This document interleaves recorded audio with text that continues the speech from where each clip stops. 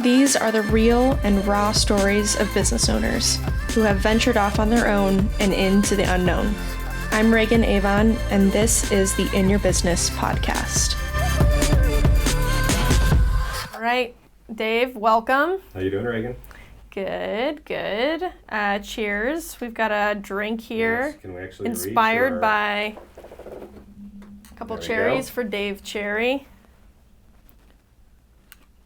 I like Ooh, that's nice. So I want to start off by hearing about how you got to where you are today. Okay. So you've got your company, Cherry Advisory, and how long have you been doing that? This is now 7 years. So May of 13 was when I left Nationwide. So I've been on my own for 7 years total. But I didn't really commit to being independent until February of 14. Okay. What does that mean? Well, so what it meant is, so I was working at Nationwide from 2011 through 2013. A lot of different situations happened there. It wasn't a good scenario. Long story short, I didn't like my boss and I didn't respect him. And I didn't feel like that was a situation I could work in any longer. So we agreed to part ways. So I left Nationwide and I was trying to figure out what to do. So the natural inclination was go get another job. Mm-hmm. And I was applying for different jobs. I remember I was pretty far down the path. I was going to become the VP of applications for Wendy's. And there was a whole bunch going on about Wendy's and Arby's at the time. They'd moved a bunch of jobs down to Atlanta. Now they're moving jobs back to Dublin. And at the end of the day, that didn't work out. So, okay, cool. Go find the next job. So then I had, in December of 13, I had another job offer. A company called Deluxe in Minneapolis, Minnesota, flew me out for a 3-day interview in the middle of December in Minneapolis. Nice. That was a good sales tactic for them. It was brilliant. So I remember sitting there in a Starbucks when I had a little bit of time to myself, and there was ice formed on the inside of the windows. I also clearly remember the common theme of every interview. Minneapolis is beautiful 3 months out of the year. Right. And I just thought, this is crazy. And really, though, at the end of the day, the CIO who I was interviewing with, he was a great guy. But he said, look, Dave, you're going to have a dual reporting relationship to the COO and the CIO. And by the way, we don't like each other. Oh, good. And this will be an interesting situation, so your job will be to balance us. And I said, I don't think this is right for me. I'm not moving my family out Well, at least of he was here. honest. Yeah, and doing all this. I mean, it's a pretty risky situation. So I kept networking. Now all of a sudden it's early February of 14, and I'm sitting in the cafeteria at DSW. And I'm chatting with a friend of mine who's the CIO there. And we just started talking. We started talking about analytics and analytics strategy, which is a lot of stuff that I was doing. And he said, wow, we're putting a team together and we have a big hole. I need to introduce you to Roger Rollins, who's now the CEO. So I met Roger. We hit it off. And Roger says to me, so Dave, do you want to be an employee at DSW or do you want to be a contractor? And so I'm thinking to myself, all right, all my negotiating lessons, like, what do you do? Don't throw out the first move, Dave. Let Roger throw out the first offer, react to that, etc. I'm like, well, Roger, I'm really flexible, whatever you think, and I'm sure we can work something out. I'm just saying nonsense. And he says, Dave, let me put it this way. We have no head count, but we have tons of budget. I said, contractor it is. Yeah. And my rate just went up. Wow. And, kidding So about that was your first thought of, oh, I could be a contractor and work on my own. It was like full-time, you went out there trying to find a full-time position. That was when I really thought it was real. Now, I had done independent contracting. This is actually another funny story. In 2010. So when I had left Limited Brands in 2009, so I was part of a giant riff. So the retail economy, the whole economy in general, wasn't doing well. Mm-hmm. We had just done all these projects, and then in March of 2009, I got laid off. And it was one of the most weird scenarios. Had you ever been laid off before? No. That first was it. time. And I was the golden boy. I was in tight with the chief administrative officer, who's still a personal reference to this day, the CFO, all the leaders, everyone's telling me how great I am, how fantastic I am, we can't do anything without you, blah, blah, blah. And then next thing I know, Dave, would you come to this conference room? Your boss would like to have a meeting with you. You walk into the conference room and HR is in there and they give you a box of tissues and a bottle of water. Oh my gosh. And I'm just like, huh? And they start reading the script. Dave, it is tough economic times. We are therefore forced to make difficult decisions. And I thought, save it. Right. I understand. I'm a big boy. I can get that. And it's funny. So I'm going to backtrack again. 6 months earlier, I'd been made vice president. And on the first day of vice president orientation, they said, we just want to let you know, when you get fired, this is what your severance package is. Why? Yeah. And they said, it's retail. It's a matter of when, not if. Oh, man. Did you know that when you were going into the retail industry? No. Because you have an extensive background, just for some context, of kind of this customer journey, customer experience. And there is never, I personally don't think there's been a more transformational industry in that category than retail. Yeah. So you didn't know that going into it, but was that a big surprise to you, I assume? I thought it was a big surprise just even being at Limited Brands at the time. Like, that's not the way you start new VP orientation, right? With the next generation of leaders.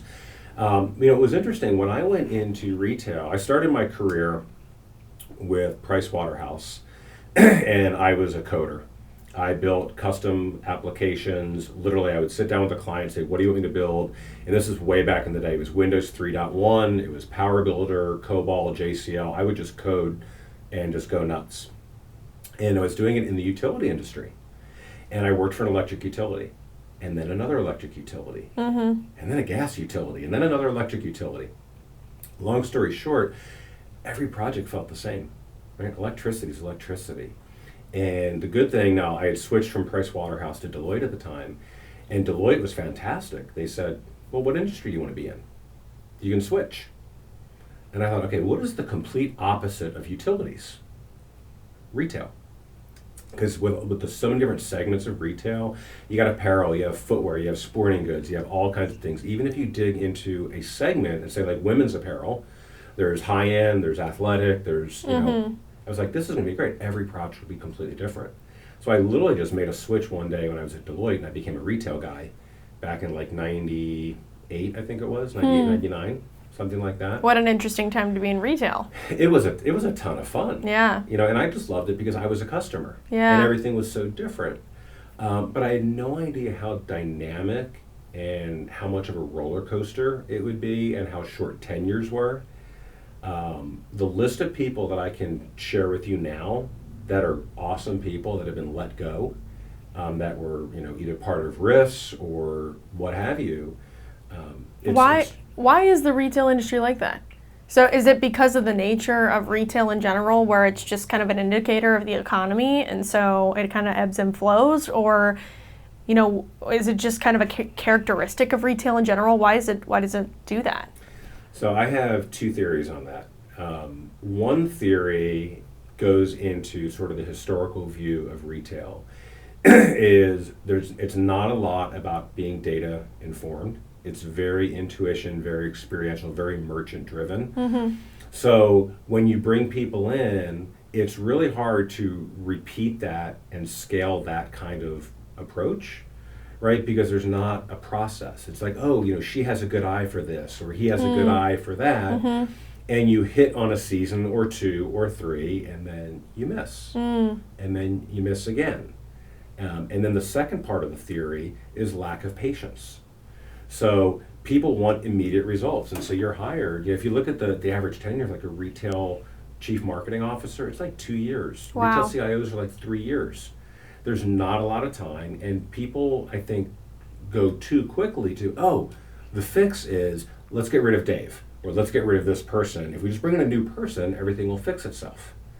And I don't believe that's the nature of what it does, but it just kind of permeates and perpetuates itself. That's really interesting, because I think one terrifying thing people always have is this, you go into a corporation setting for security. because you're like, well, it's job security. So I'm in this big kind of corporation setting, and that's kind of an expectation you have. Yeah. And I wonder how much of your experiences at PricewaterhouseCoopers and you said Deloitte Yep.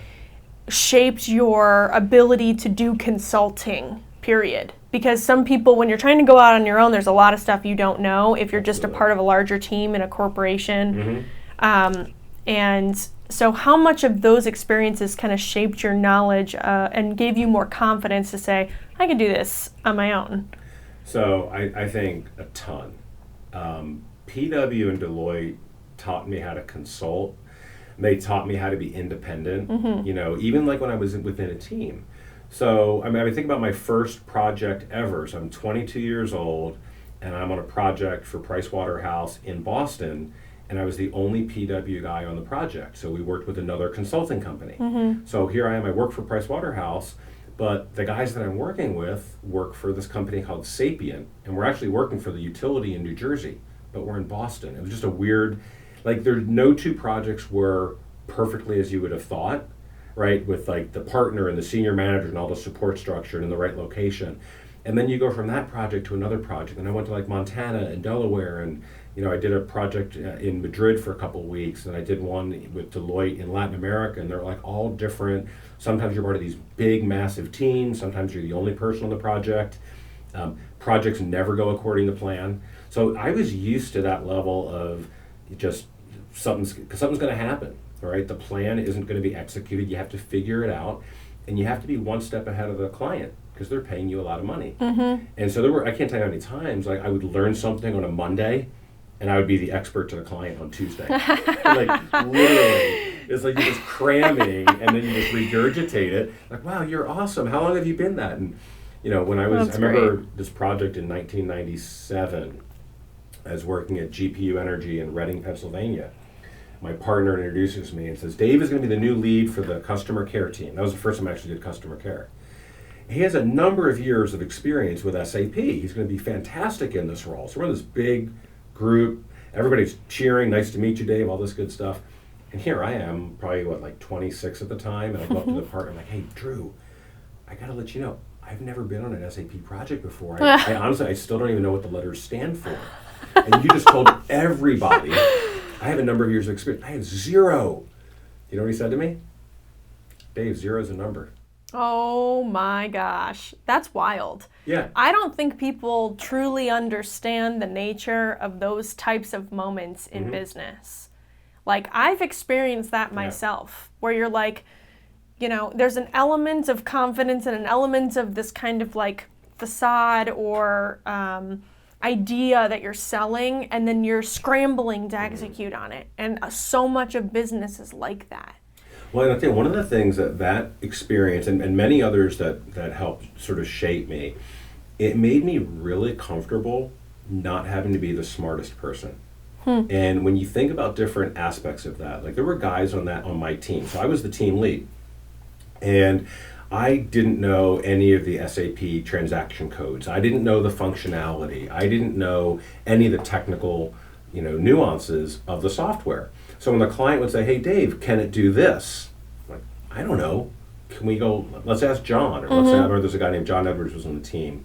You know, a few other guys, I can't remember all the names, but I had to rely on other people, and they would just, you know, go off on a certain module or the capability of the system. And I could just sit back and I'm like, I don't have to dominate the conversation. I don't have to prove how smart I am by talking. I can let this person shine because that's what he or she knows best. And we got through it as a team. But that's a very distinct skill, though. That is a skill to identify problems very quickly and evaluate other people's strengths to delegate them to. Yeah. And not everyone can flex that muscle. I mean, and when you're trying to take on leadership positions, knowing how to do that really well, or running your own business and employing other people or growing your business even, I mean, it requires that ability to again, I hear so many senior leaders who are like, I am definitely not the smartest person in the room most of the time. It is always these other people who have dedicated their focus and their career to mastering something. And I'm just really good at like making sure all of it gets done and structuring it and understanding the problem and how that relates to, the overall business structure or the magnitude of the problem that you want to go after. Yeah. So it's definitely not a skill that I had right away at all. And I wish I could tell you that I identified the need and sort of planfully built up my capabilities. I honestly think it was something where it was almost like I was just thrown into the deep end and had to figure out how to swim. Yeah. And just I had to figure out how to relate to people. And I think perhaps there was an authenticity to how I ended up doing it, because it really was just about, how do I get the job done? Okay, the best way to get the job done is to let this individual shine, because he or she knows a lot more than I do, and I can't fake it. And then another situation would come up, and it's like, well, no, it's this other person over here. And so I just became very comfortable with this concept of building a team and orchestrating what had to happen and being the one. One of the words that I talked about is being a connector, is being able to find two really smart people, one that has a problem and one that knows how to solve it, but they don't know each other. And sometimes they don't speak the same language. Right? You've got a functional business leader and a technical architect that don't know what they're doing, but I can play that middleman and help them communicate. Yeah, absolutely. And so I like that you brought up you being a massive connector, because that is like you by definition.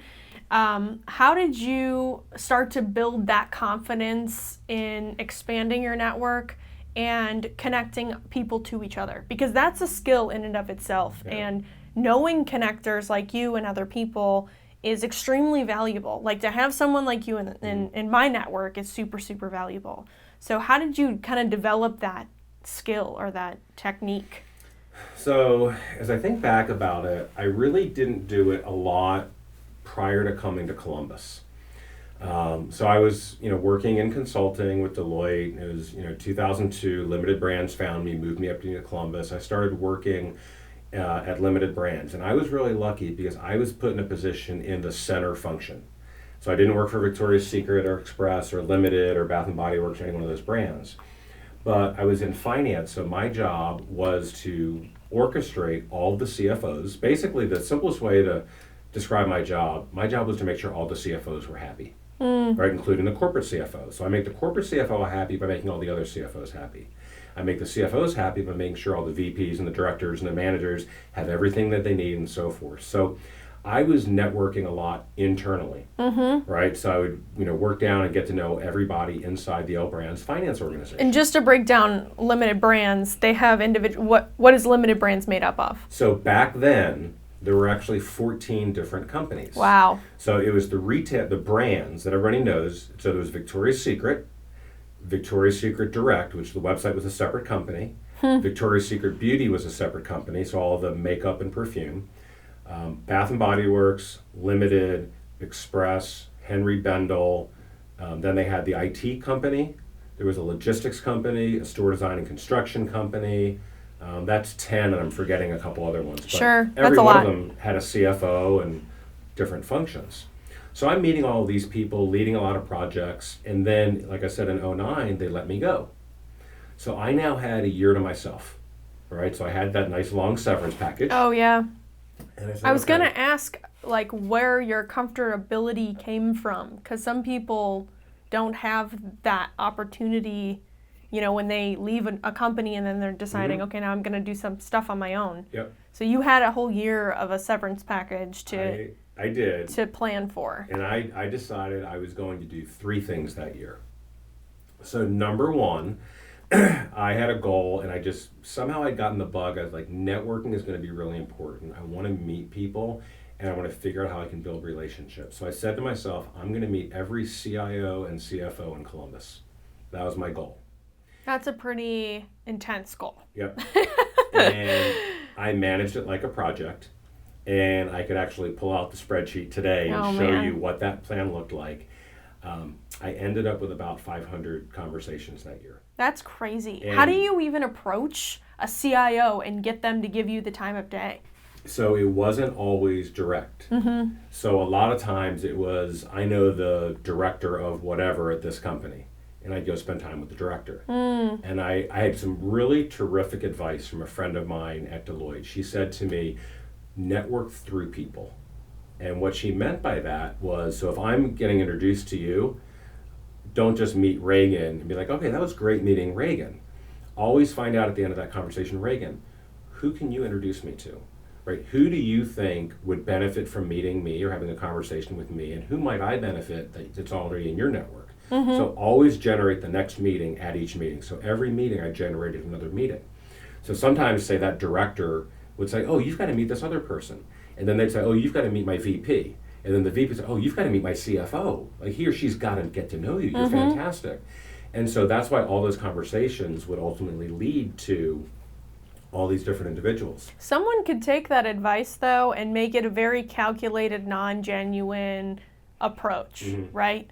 And so what is the difference here? Because business is made up of a few different types of people, and there's some people who approach it very authentically, and some people who approach it very calculated, and there's a strategy to everything. There just is. So you can't avoid that. But how do you keep your, value structure around that whole thing and your authenticity around it? So it's funny. I am still searching for this movie, because there's a movie where these two guys are talking, or it might have been a guy and a woman. I don't remember at all.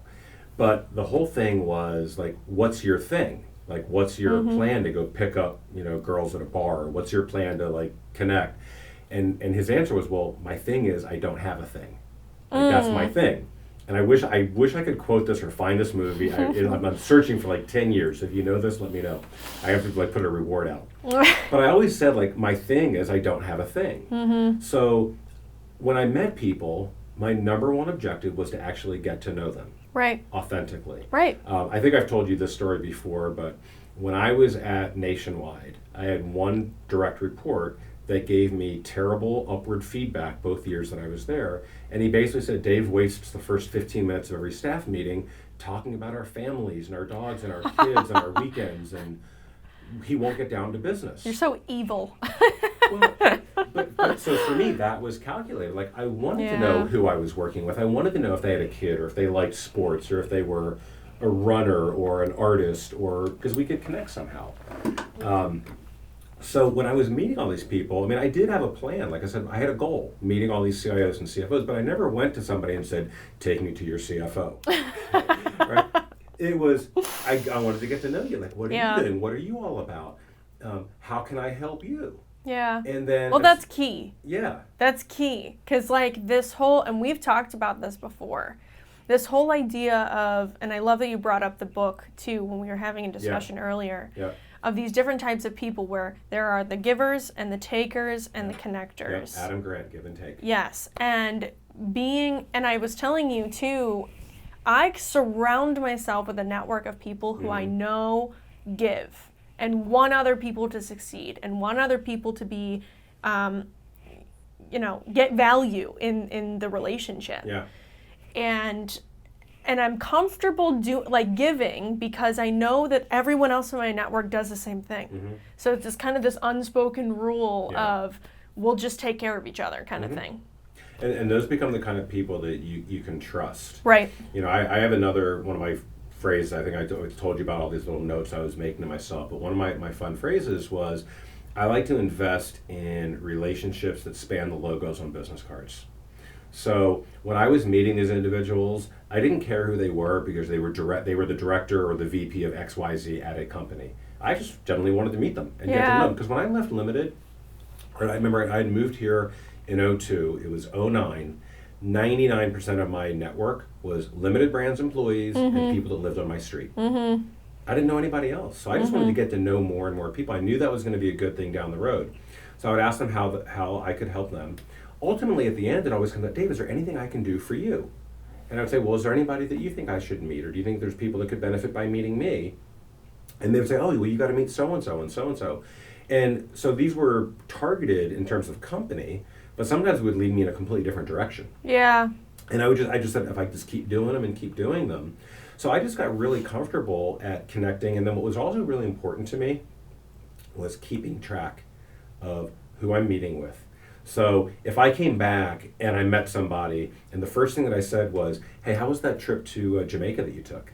Like, wow, that was like 6 months ago. We haven't talked in a while. How did he remember I went to Jamaica? Or how does he remember I have a black lab?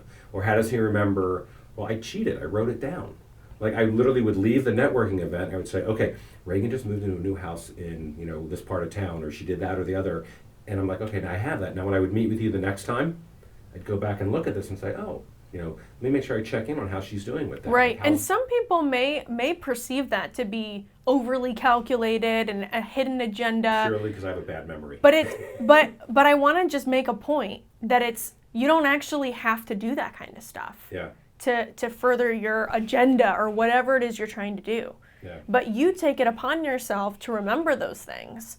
So I actually see it in the other direction, which is like you actually care about the person. I feel bad. If we got together and we'd been networking or whatnot, we have a long enough relationship, it's a little bit different. But if I just met somebody and then I can't remember where they work, or I don't remember their spouse's name, or I feel like I wasn't listening. I know. I have a horrible memory. But mine's I'll tell you terrible. What, it's hard to remember. As you have a lot of conversations, you might be at an hour coffee. It's hard to remember everything. So there are things that I don't remember. But if I can remember some of the things that are important, and when you get people talking about things that are important to them, whether it be their kids, maybe it's their college that they went to, maybe it's their favorite hobby, you get to know more about them as an individual. Right. And those conversations build the relationships way more than, so let's talk about this model that you built, or let's talk about this project that you were on. Yeah. I mean, those things are very transient. Yeah. So that year really just got me comfortable. And the other thing, Exhibit A right now, I enjoy talking. I love talking to people, right? And so if I can have coffee and talk and just keep networking, I'm like, this is awesome. Yeah. I love doing this. I love talking to people when it's more of like a one-on-one or a small group setting, but like larger groups, I mean, you've seen me in larger groups. I cannot handle it. So, I mean, and that's a personality, it takes a personality type too, is the point I'm trying to make about that. Like, I am extroverted when it comes to having a conversation with a couple of people. But when it comes to, like, more people in a room, I'm such an introvert and I can't, handle it. So for people who are trying to expand their network, but their personality isn't like yours where you love to meet new people, is there anything that you would kind of recommend for them or suggest for them? That's a great question. So I think that the most important thing, I guess if I raise it up a level, not to get like too lofty or whatnot, but just like in life in general, it's just so important to be authentic and comfortable with who you are and what you are. And there's certain things that you're good at, and there's certain things that you're not good at. And there's things that you enjoy and things that you don't enjoy. And focus on the things that you enjoy. Leverage the things that you're good at. If you want to work on the things that you're not good at, that's okay.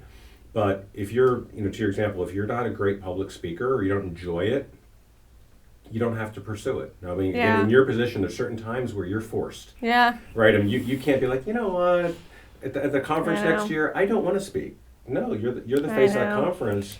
So we got to figure out a way to either get you comfortable or minimize that a little bit, but there's still elements you've got to lean into. Yep.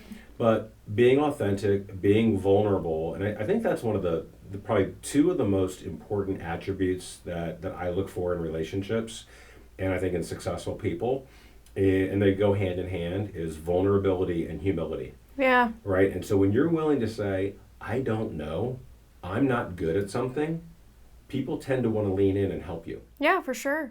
Well, someone gave me really good advice, and they said, you could look at a whole laundry list of things that you're good at and things that you're bad at. And you could spend your time trying to get better at the things you're not good at. Yep. Or you can lean into the things you're good at. And you can figure out ways to, be resourceful to fill in those gaps of things you're not good at. Yeah. Like, for example, I am a horrible, horrible designer, but I have to create a website. And so the first one's not going to look very good. Yeah. But I will find somebody in my network who can help me fix that and change that and create design for me. Well, and also recognize sometimes when it's good enough. Right, that's true. It doesn't have to be perfect. And none of us are perfect or have to be perfect. So, when you're talking to people and just connecting on a human level, and I think that's actually one of the really interesting things that I've actually seen that I've liked just in the whole quarantine world, is the views into humanity. I talked about it with you a couple weeks ago when we were chatting, is we get these little views into our home lives. I know. And whether it be a guitar in the background or, whatever else it is, you're like, oh, that's kind of interesting. I didn't know that she played guitar, or that Aaron played guitar, or whatever. Or you see something on my wall, or you see, my kid run by. It's just little things that you don't get to see every day that just bring it back to, no matter how well put together we seem to be, right? No matter how smart and all this, we're normal people with kids and boxes of unpacked stuff and whatever. It's okay.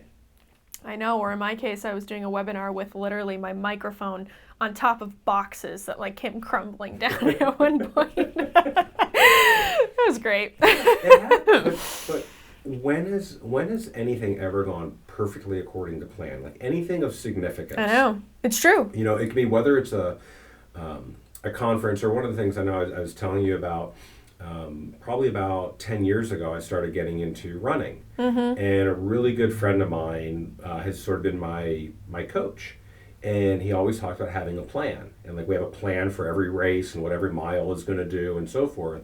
And the one thing that happens is after about 2 miles in, the plan goes away. You feel better or worse, you're more dehydrated. Right. The temperature isn't what you planned, you're wearing too much. And you can take that analogy into a work environment, into planning and running a conference or a business meeting, anything.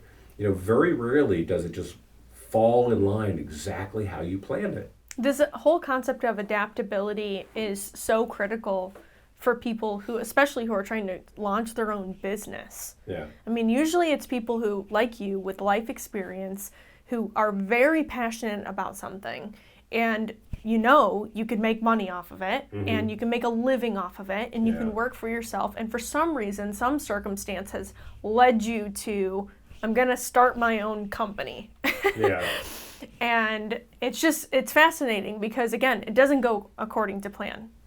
So it's funny. I just finished writing an article that's going to be published in a journal in a month or so.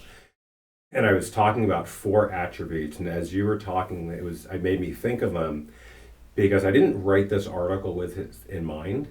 But I think these 4 attributes are somewhat of a self-reflection. And I think it actually helped me be successful in my career. And it was confidence, flexibility, resiliency, and knowledge.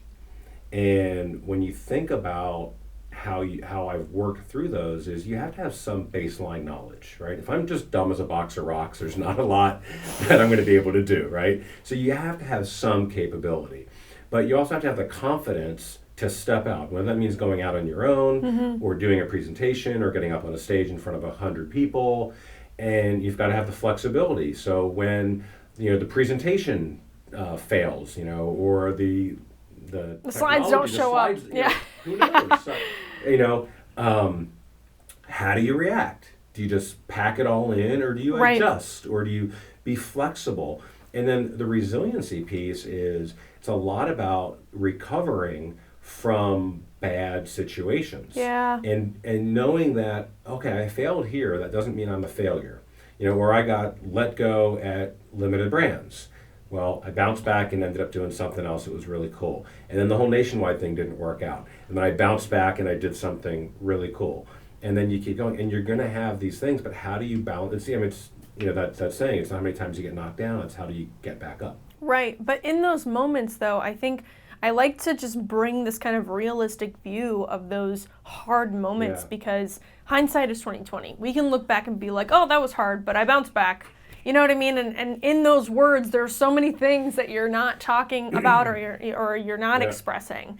And, part of this podcast is to really jump into those things. Like, you've been knocked down, and I assume, there's probably some confidence chord that was struck in you, or some kind of, what am I going to do next? Uncertainty or ambiguity around what was going to happen next. And you, again, hindsight's 20/20, so you look back and you're like, well, but it worked out. Yeah. But in that moment, it's harder than it seems because you don't know what's going to happen. Well, you don't know what's going to happen, and sometimes you don't know where the bottom is. Right, that's true. And you feel defeated, and you feel like your worth has taken a leg. And then sometimes the worst thing that can happen is when people offer to help.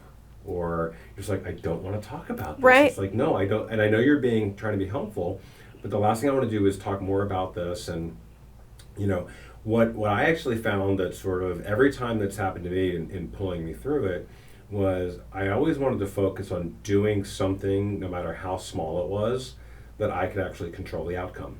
Yeah. And for me, I was so fortunate about the time that it turned into is back in 08 when I started running. I was like, no matter how bad my day is, I just go out for a 3-4 mile run.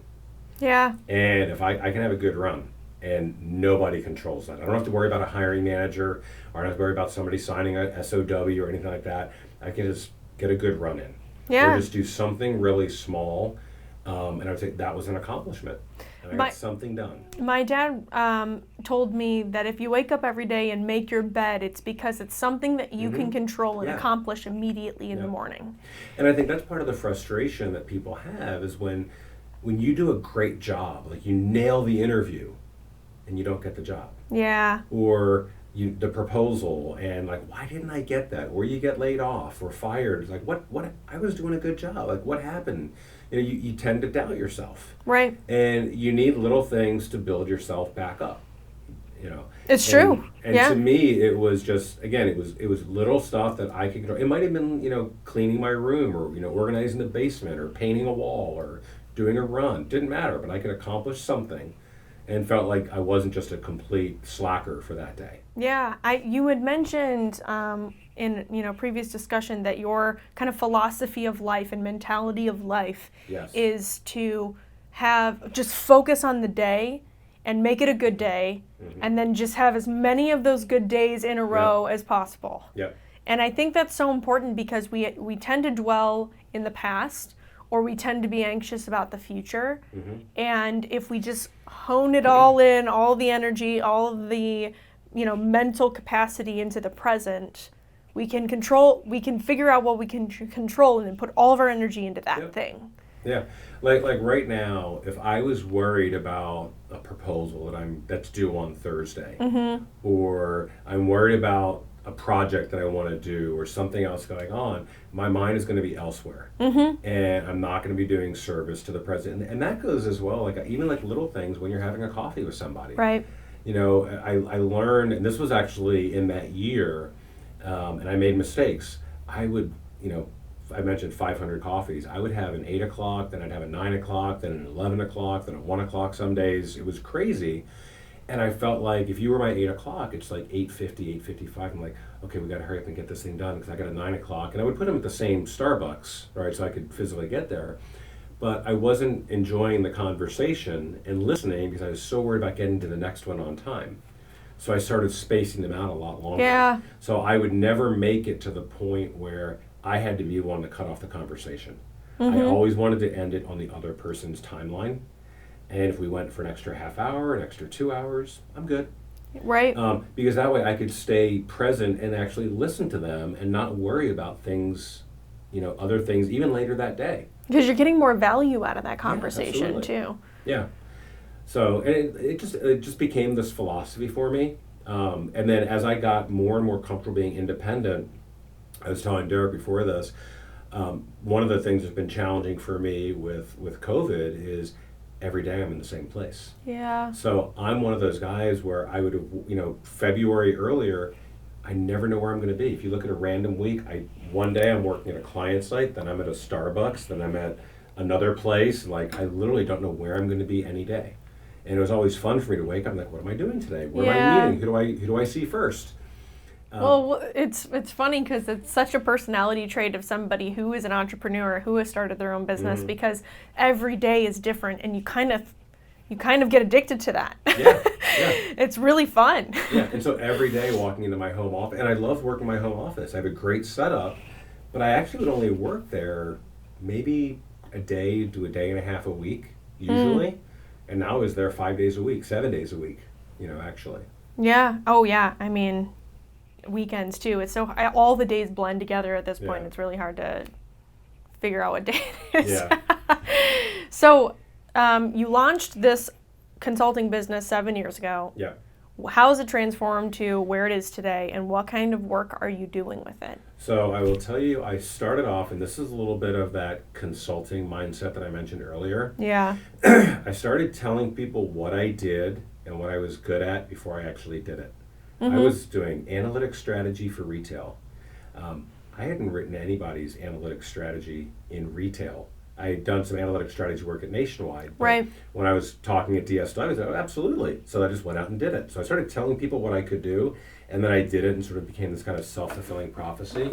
So I did that for, I'm trying to think, that would have been 14, 15, kind of 16 and 17. I started working with the Collaboratory, and I got a lot of exposure to AEP and Battelle and all the other members there beyond Limited Brands. So it was interesting. That was probably one of the first pieces of it, because they all had no idea why they came together, right? The actual people on the teams. Like, who in the heck put the utility and the healthcare provider and the bank, and why are we doing this? And they thought they had nothing in common. And so I would actually draw some connections and tell them why they all had different things in common, and their eyes just opened up widely. And just for some background, the Collaboratory, explain what that is. Yeah, it was basically a think tank. 7 companies locally, AEP, Battelle, Cardinal, Huntington, Limited, Nationwide, and Ohio Health, basically said we can all be better at doing analytics if we join together. Yeah. But you had people saying, why are we joining together? In fact, I remember one of my old friends at Limited said this would have been a lot better if it was Abercrombie and Big Lots and Limited, like if we were all retailers. Like, why do I want to talk to the utility or the bank? Yeah. But I started working again in more different industries than just retail. And then Well, data doesn't care what industry. Not I mean, at all. it is all over the place, no matter who you are. Absolutely. So then in 2017, I was working on 2 projects simultaneously. I was doing an innovation strategy for Ascena, which is a local retail holding company that's got Ann Taylor, Justice, Lane Bryant. And I was doing a kind of the omni-channel analytics strategy for Journeys down in Nashville. And both of these projects were just perfect for the consultant, right, at the beginning. They basically gave me a blank sheet of paper. We have nothing. Just build us. We want to innovate anywhere, on anything. We want analytics on anything, anywhere. Both projects didn't ultimately succeed and deliver a lot of value. Now, we did really good work. We had a lot of great ideas, but we really didn't know what we were doing. And around the same time, I had read a book by Barbara Kahn, who's another professor. So Barbara and Adam Grant are both professors at Wharton, which is where I went to undergrad, but that's not why. Like that, it's just a... Sure. Yeah. Hey, we're in Ohio. I have to plug Penn every now and again. But I met Barbara, and she wrote this great book, and she said it was all about customer experience. And she talked about the 4 motivating drivers of customer experience being service, quality, value, and convenience. And I just started thinking, when we were at Ascena, we had no direction on why we were innovating. Yeah. Just innovate on anything. And when we were at Journeys, we had no actions or decisions around analytics. It was just build models on anything. Like, we didn't know what we were doing. So I started kind of blending together what Barbara was thinking. I thought, well, innovation and technology is still really, really important. Analytics is still really, really important. But the most important thing is the customer experience. Yeah. And if we can figure out our customer experience strategy, how it's informed and measured by analytics and enabled by technology and innovation, that's sort of where the magic can happen. Starts giving you direction. Exactly. Yeah.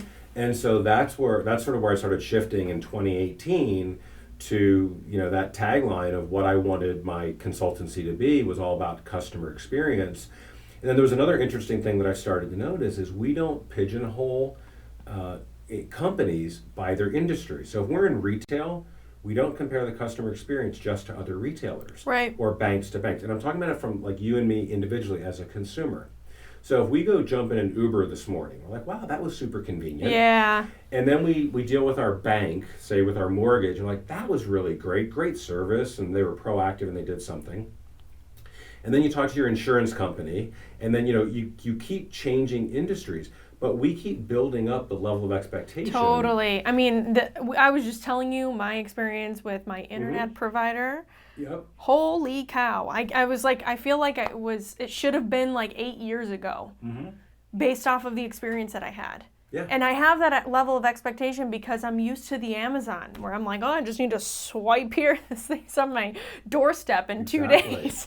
And so the other funny thing is we don't cut people slack because of size. No, we don't. Right? If you're we don't care. Say like a local t-shirt company like Homage, we expect Homage and Amazon to have the same capabilities. Yeah, it's true. Right? Because I'm used to it. And so I just started thinking about that. I'm like, this is a really unique way of looking at things, and I think I can add a lot of value because going back to that translator role, if I can really articulate the customer experience and how we can close those gaps and enable it with technology and talk with all the IT folks and figure out how we can create a strategy around analytics to find decisions that we can improve confidence on, which is the purpose of analytics, but those decisions and actions lead towards this particular customer experience. Now you've got the whole thing together. So that's sort of basically what I've been doing. So again, and I wish I could tell you that I planned that out. Right. There was no plan to do this. Honestly, it's like this huge compilation of all of your experiences that led you to where you are. And that's what I wanted to make sure we highlighted too, because it's not this kind of crazy plan that people have that they execute on. You kind of fall into this, and certain timing is so important. Well, and it was a frustration because as an individual, like I ended both of those projects and nothing happened. Yeah. They were both roughly 6 months. Again, I was working at the same time, and Ascena didn't implement any of those ideas. Journeys didn't implement any of those ideas. So in one, they were both complete failures. In one, so I did all this work for nothing. Yeah. Like, why didn't they work? So I was frustrated. Now I got paid, so I was like, it doesn't matter to me if they worked or not. Right. But I just kept thinking, like, why didn't that really add any value? Like, what was missing? We had no focus, no direction. Yeah. No goals. We were just, well, those types of experiences, though, highlight, okay, that's where the need is. Yeah. That's where the problem is. That's where the challenge is that I can provide value to. And I would say that was sort of a hidden failure, meaning like if you look at my resume, it looks like I did a great project. Yeah. I'm, myself and the people that are there, we know what came out of it. Yeah. And I was just frustrated, like that didn't produce anything. Right. They didn't get their money's worth. And that was one of the things I always wanted to make sure about when I was independently consulting. And I think I don't know if I told you this before, but I have only worked to date with people that I know. So it's all about relationships and trust. And I said, I never want them to question, why is Dave here and why am I paying him X? Yeah. I want them to feel like they're getting a great value, and I love the fact that they can fire me any day. Yeah. Like if I'm not doing my job, you should kick me it's out of here. validating. Yeah. But I love being on the hot seat in that regard because it means I'm in valuable conversations, we're doing important work, and I have to keep creating value and earn what I've got. So it really frustrated me that I left those two projects and nothing came from them. Yeah. Well, thanks so much for being here today. Yeah, this happy was to do it. so Thank you for fun. the drink. This I was know, awesome. this was amazing. Of course, Derek did fantastic. cherry inspired. Yes. It was so good. Yes, appreciate that. You can never go wrong with something with cherry. Maybe that's my new tagline. I know. That's a good one. That's great. You can't go wrong with cherry. There you go. Awesome. Well, thanks for being here. I appreciate it. Always happy to do anything for you, Reagan. Thanks so much for having me. Awesome. Thank you for joining us for episode 2. A big thank you to this week's guest, Dave Cherry. And of course, shout out to the team, Beth, Derek, and Molly, for helping put this show together. Hope to see you next week, and don't forget to subscribe to the show. Yes! I'm like, it was great, man. You guys were so... Put some hand sanitizer on. Exactly. Oh my god. So tired of it. Alcohol will kill it. Yeah, you're good. I looked too long there. Every episode, Derek, our mixologist, crafts a unique drink for our guest. Stick around to find out how to make it. All right, folks, well, here we are. We're doing another In Your Business podcast with Reagan and the crew. I know we've been able to see a lot of interesting and fun things from Dave Cherry of Cherry Advisory, which, as you can imagine, putting a cocktail together, it was pretty hard not to go ahead and jump right in and make a cherry explicit cocktail for this. Cherry found its way into it, but I kind of dug a little bit more into to Dave Cherry and Cherry Advisory and kind of saw some of the vibe that he put out for what he was doing and for what he's working for and what his kind of strengths are as he's putting this together. And the cocktail we came up to celebrate this particular episode of In Your Business is called The Measured Word. Typically, I'll admit myself as a bartender guy, I don't always enjoy doing riffs or slight variations on existing cocktails, but it was kind of hard to avoid it on this one. So the last word is a existing classic standard cocktail, perhaps my favorite cocktail of all time, top 3 for sure. And that cocktail is one of the most connected, perfectly balanced cocktails to ever be put together. It's all equal parts. It's 3 spirits and a little bit of lime. Particular ingredient, this Luxardo Maraschino. This is made from cherries. It's made from Marasca cherries in Italy. Does not taste like cherries. This is not like a cherry flavored vodka. However, it's got a lot more depth and a lot more thought, and I think that kind of fit into to everything that I've learned about that Dave's doing with Cherry Advisory. We were talking about his strengths, and I know connection, empathy, speaking, and strategy were 4 of those things that were very important to him and considered strengths. He also happens to be a giant Philadelphia sports fan, we found out. The Philadelphia Eagles, they're green, they fit. This is what we're going to do. So we're going to do a slightly varied version of this last word. The last word is equal parts gin, Luxardo, lime, and green chartreuse. We're shooting this in the afternoon, and green chartreuse is a little potent, so I thought we'd vary it up just a little with this Genepy, which is just a touch down. This is an alpine liqueur made from Artemisia flowers that's very herbal still, and it will still fit the bill for the cocktail. So let's make the cocktail. The cocktail here, like I said, is going to be 4 equal parts. We're going to do 3/4 ounces of each item. We're going to do fresh lime, since if anyone's making this at home or doing it, you're going to juice it yourself and not have it. I've already measured up enough in here to have some so that Reagan can have one as well during this. But we're going to add this. And by the magic of TV, I know that I already have the correct amount of ounces of that in there. Then for the gin, this is my favorite gin in the history of gins. This is made from Watershed Distillery right up the street from where we're shooting today. We're going to put the 3/4 ounces for Reagan, and I am going to double this so that they can both have one. This one is not a gin that tastes like bourbon. It's a gin that's aged in bourbon barrels. It gives it an amazing, amazing finish, very rounded. The aforementioned Luxardo liqueur. There are lots of these in the world. This is the only one you can get in Ohio. So you can find this at any of your, pretty much any of your decent liquor stores in the city. And this Genepy, a little harder to find, but not impossible at all. Again, if you can't find this, green chartreuse will work perfectly for it. And equal parts. Ooh. As I mentioned, I'm doing 3/4 ounce. If you want to do an ounce of each, if you want to do 2 ounces of each, you're probably not going anywhere after you have that, but that would work as well. And then the lime.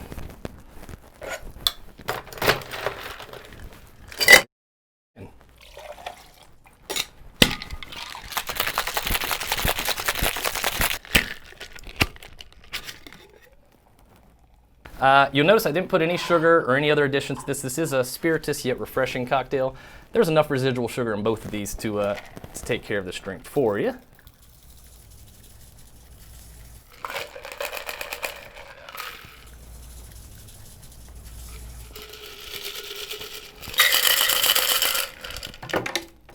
And since we're here with Dave and Cherry Advisory, and he's about connecting people, we're going to connect 2 cherries.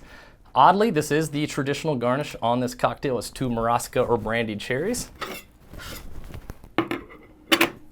1 for Reagan, 1 for Dave. And there we go, the measured word. Cheers, guys.